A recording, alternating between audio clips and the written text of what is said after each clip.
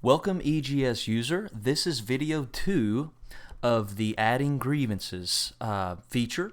What we want to do right now is continue with our Adding Grievances function and show you exactly step by step how to add a grievance. Before we went through an overview of the Adding Grievance feature, but now we will really want to show you details of what happens when you add a grievance into the system. So to add a grievance, all you would do again is click on Add under the Grievance menu on the left navigation. So you click Add and you select the member from a drop-down list, or if it's a brand new member that has never had a grievance, you obviously do New Member. And so let's go with New Member today. All right, New Member, and the new member is USPS with the employer, and you would do a Next. And now what we're going to do, we're going to have to fill out this Step 1 worksheet, okay? So let's go through the process of filling out this worksheet, and let's say this member, let's say her name is Jones Tessa, okay?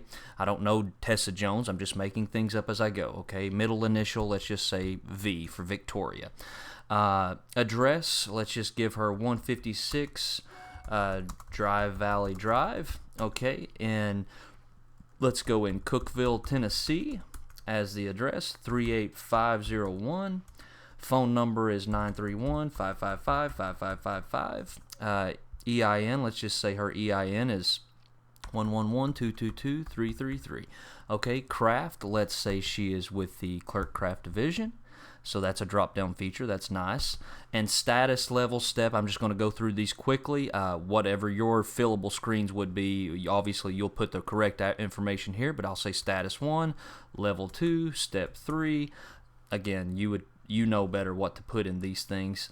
But duty hours, let's just say Monday through Friday. Okay. Off days, Saturday.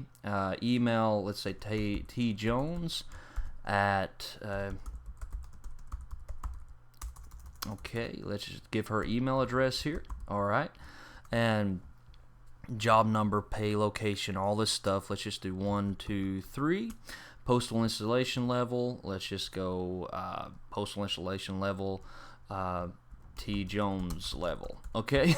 All right. Work location, city and zip, let's just give it Cookeville 38501.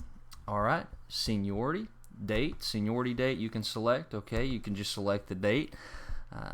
Eligible, yes. Nature of issue, you can type in the nature of issue here. Okay, so let's just, you can certainly do that if you feel like that's necessary. You can select the main article that needs to be corresponded to here. So if you want to, you can select from the drop down menu. Let's say this is a leave grievance, okay, and you can select one at this level, and I'll show you in just a moment when you click save how you can actually attach multiple articles to the grievance. The date of the grievance, so you do these. This is one of the required fields. Remember, this is your required field, so you definitely want to select the date filed.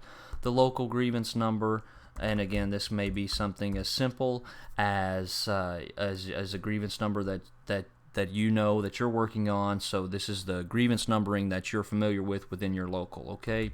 So however you number your grievances, it won't allow you to duplicate a number, so don't worry about that. Okay, let's just go 1, 2, 3, 4, 5. Okay, this is just different information here. Obviously, you'll know this information. Incident, date, and time. You could select this from the calendar. Let's say this maybe happened on July 11th. USPS supervisor. Let's just say it was Johnson John. Okay, I don't know John Johnson, but I'm making up this stuff as I go. So if there is a John Johnson out there, forgive me. I'm not trying to pick on anybody.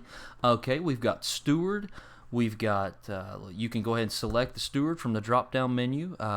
As the steward logging in, if this is your grievance, you can obviously select yourself as the steward user. So maybe this is Roger Barnes, or in this case it's just steward user. So you can select the steward from the drop-down menu, which would typically be you if you're the steward entering the case, or if this is an administrator entering the case, they can select the user from the steward from the drop-down menu.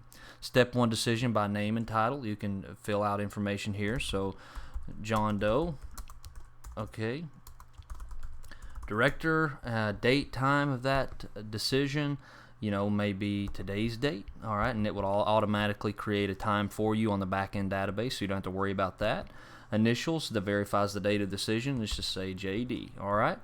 And now you have the background information. So let's say Miss Jones was troubled by, and then you could put the information here. It's a very long screen, and you can even increase it by dragging the bottom corner of the menu, and you can drag it way far down there if you want to see the entire, if you have a lot to enter and you want to see the whole thing, you can definitely enter as much as you want. Remember to save every 30 minutes though, okay? Even if you're typing, continue to save every 30 minutes. Corrective action, so what she is requesting, Miss Jones is requesting information there. Management response, let's just say move to step 2 appeal, and now this is where you'll just record the details of each case, okay? This is stuff that you'll know a lot better than anybody else about this case. So what happens, I want you to notice something very closely here. So we've recorded this first one in about 5 minutes, and we go ahead and click on save. If you'll notice when we click save, please notice the left navigation menu. So I click on save, and then all of a sudden we have a lot more options. So what that did, that saved the grievance into its own folder with that grievance number. So as you clicked on save, it actually created the record, okay? When it created that record, it gave you the ability to go into step 2 appeal, step 2 appeal to arbitration, step 3 appeal, etc. So what we're going to do in the next video series is show you these different steps. But right now, what's important is you save the first step 1 worksheet, and you can actually view the PDF of that. If you want to give a quick overview of the PDF, and if you want to see it, you can definitely open up that PDF, and let's show you what it looks like. Okay, this is actually the PDF. So it generates the PDF that looks identical to your current grievance form. So it generated that PDF, and you can save the PDF to your hard drive. You can email the PDF out by emailing Moving Papers, and we'll get into all that. But again, this is very important, as that generated that PDF just within the past 5 minutes of creating that step 1 worksheet. You've done everything that it needs to do in terms of creating the file and generating the PDF. So everything's done for you within that step 1 worksheet, plus you've created this record. So in the next video series, we're going to continue with Tessa Jones's case and go on to the step 2 appeal and step 2 appeal to arbitration on down the line. Thank you, and we'll talk soon. Take care.